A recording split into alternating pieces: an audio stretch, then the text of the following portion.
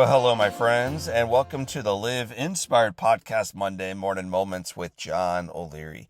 We're going to begin this episode by saying that 13 years ago, I was invited to visit a critically ill man in a hospital. All I knew was where the hospital was, I knew his room number, and I knew that his first name was David and that he was dying. What happened during that visit and over the years since impacted my life profoundly, and in hearing about this story today, it is my hope that it positively impacts your life too. As a kid who spent months in the hospital, I recognized how visitors and their encouragement can make a mighty difference in recovery.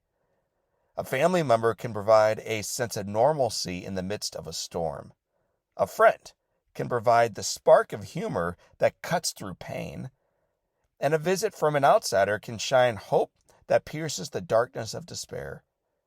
It's why when given an opportunity to visit a friend in a hospital, even when it's someone that I've never even previously met, I strive to go.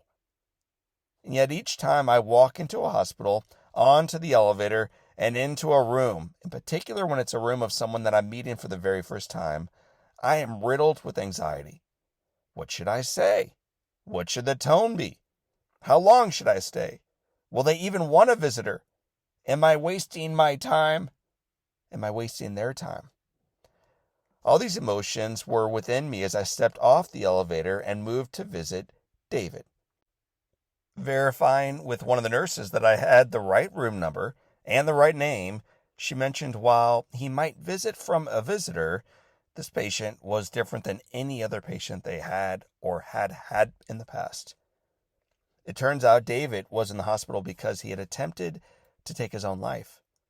The blast from the gun ripped off his jaw, his mouth, his nose, his eyes, but astonishingly had left his brain completely unaffected. If he did survive, she said, he would be in terrible shape. And she said, and we don't think he will. I walked in, shut the door, moved toward his bed, glanced down, and lost my breath. It's one thing to have someone tell you about the injuries. It's entirely different to see it for yourself. Pulling up a chair to his bed and then sitting down, I introduced myself as John and asked if we could visit for a bit. His left hand, previously resting on his stomach, reached away from his own belly and toward my hand. I took his hand, he took mine, and we visited for almost an hour. David could not see me or use his voice to communicate, but would squeeze my hand as we visited. We talked about pain and hope and miracles. We talked about baseball and hockey and the audacity to fight forward. We talked about overcoming the odds, the gift of life, and the truth that in spite of the struggles we face, the best is yet to come. Visiting with David was an unforgettable, difficult, and deeply moving experience. Here was some stranger in some hospital bed holding my broken, fingerless hand with his healthy one. And here I was next to a man missing part of his face, using my voice and my eyes to communicate with him. Leaving the room that day, the nurse who greeted me told me that they were likely transferring David soon because he would not survive the extent of his injuries. There was just too much structural damage, she said. There was no path forward, she mentioned. And after seeing David, I just believed her. So why share this story with you now? Well, my friends, nearly a month ago, I had the opportunity to speak at the Crossing Church here in St. Louis, Missouri.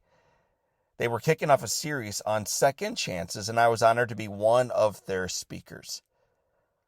While greeting a line of people between services, I sensed a man standing nearby who was uninterested, apparently, in waiting in line. So I turned my attention from the woman whose book I was signing, looked to my right, and lost my breath. There, upright, alive, stood David. Although still unable to see, his face was rebuilt enough that I could not only understand his speech, I could also see his smile. A man never expected to live stood joyfully in front of me. A man never expected to speak gave thanks for the gift of his second chance at life. Two men, a little more than a dozen years after their first visit, stood smiling, laughing, yes, holding hands, and celebrating the shocking gift of their lives.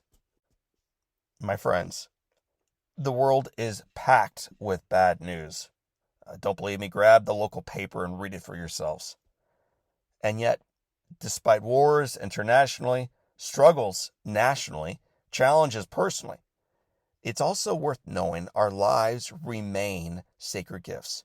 Our broken past does not have to rob the joy from our present. And here's some really good news. In spite of the struggles we face, the best is yet to come.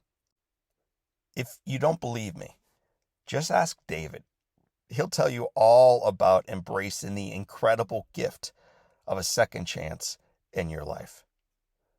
My friends, I want to thank you for being part of the second chance in my life. I want to thank you for being part of our community. And I want to remind you that the foundation is firm. The headwind may be real, but the best is yet to come. So for this time, and until next time, my name is John O'Leary. Today is our day. What a gift it is. Live inspired.